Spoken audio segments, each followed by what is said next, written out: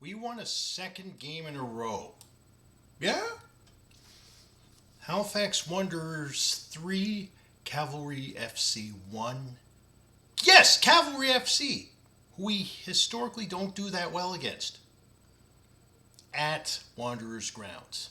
Now, I'm still hesitant to call it a fortress again, but at the very least, it's a very well locked house with the valuables out of sight. It's not going to get it. It takes a little more effort to break into it. Look at that performance thing on the lower left. Yeah,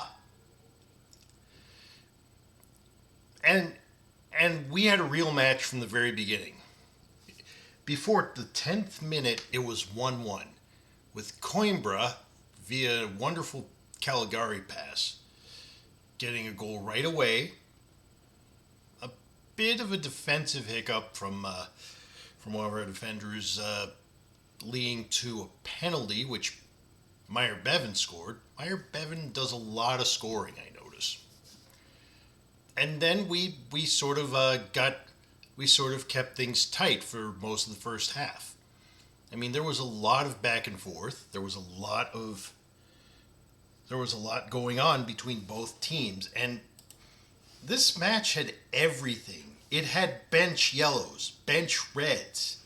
It had a lot of fouls. It had a lot of cards. It had a lot of back and forth action. Extremely, I mean, goal attempts. Halifax Wanderers had 9, Cavalry had 14. Shots on goal, we had 4, they had 7. Shots off goal, 3, they had 5. Block shots, 2 and 2. This was Jan Fillion had 6 saves. I think I'm doing him a little dirty here. Given how many saves he had, I think I'm doing him a little dirty in the performance ratings. Let me solve that right away before my cat jumps on my keyboard and types in a bunch of gibberish. There we go.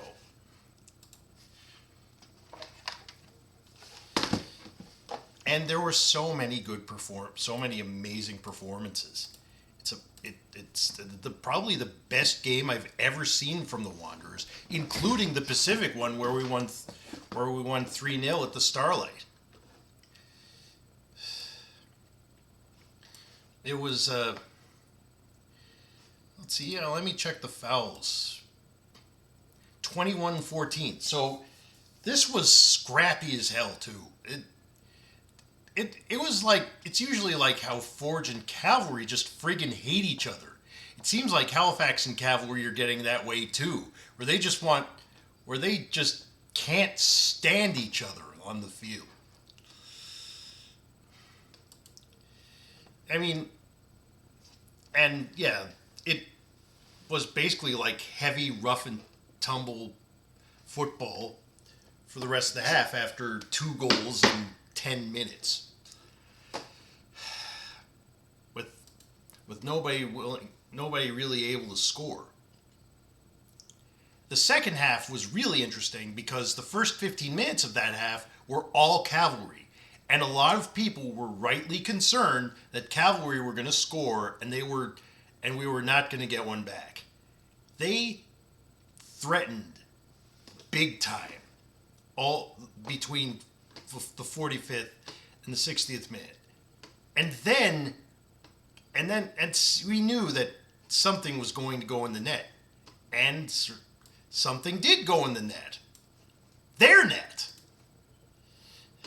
Yeah, let me check the second half here. Yeah, 4 goalkeeper saves in that second half for Fillion. Would you believe that the net that went in was the Cavalry one? When Aiden Daniels immediately, as soon as we were able to calm the game down, Aiden Daniels immediately came in and made them pay for all of those missed chances. That required Cavalry to chase the game even more intensely, which they couldn't really do. And it's not like they weren't trying. It's not like they weren't playing well. You could accuse Valor of playing extremely poorly in the game we won against them. But Cavalry were going for it. They were going for it. And we were able to put 3 past them. And I'm very happy about. This isn't scripted, but I'm just very happy about how the Wanderers are going. And I hope we can continue this. I know that it's not going to be like this all the way through the season. Of course, now I know better than that. Eventually, Thiago Coimbra, who did a pretty good job all the way through, even without the goal, even after his goal, came off on the 72nd minute. Prior to that, Watson and Campagna came off for Giraldo and Mondway. The subs really helped us going forward, I think, because I credit those 2 subs at 61st minute for us being able to hold off and end the Cavalry's big assault, which they had going for 15 minutes. And adding Colombe there was even better. Tom Wheeldon realized that he needed to make 3 subs of his own: Escalante, Cantav, and Beckford for Fiwo, and Tignier, and Fisk. Fisk, by the way, needed to come in for Camargo when Camargo came off injured. Colombe ended up scoring at the 84th minute to take the game completely out of sight. There was always a concern between the 62nd and 84th minute that Cavalry were going to equalize and probably take control. Colombe's goal at the 84th minute put an end to that. Oui, monsieur, pass the ball to Colombe and he will score. There wasn't really... They had a lot of close chances. One thing that we weren't great with was we kept giving them free kicks in really ugly positions, but they couldn't finish. And their inability to finish...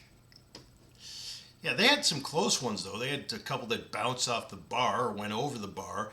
One of them went halfway to friggin' Spryfield. And in the end, the scoreline, Halifax 3, Cavalry 1. Feels real good to say, especially after last year during the first Halifax Cavalry match where we were up top all the way through that game, nearly all the way through, only for them to equalize right as the last play of the game off of a set piece. According to the standings, we're still not in the playoff position, but we're part of a 3-way tie for 12th. Cavalry, 4th place, 12 points. No, wait, a tie with 12 points, between 4th and 6th. Cavalry, 12 points, 4th place, plus 1 goal difference, 14 goals scored. Valor, 10 goals scored, 9 against. That's a goal difference of plus 1, along with Cavalry, 12 points. Halifax has minus 1 goal difference, 11 scored, 12 conceded. So it's a very narrow gap between 4th and 6th. The wins, draws, and losses are the same. The matches played are the same. The points are the same. It's goal difference and goals scored that govern the places here. Everything to play for right now, 1/3 of the way through the season. I think we have a chance to get up there and see if we can establish something for ourselves in the games to come. We have a midweek game against York at their place. That will be tricky, but we'll see what we can do. Come on, you Wanderers.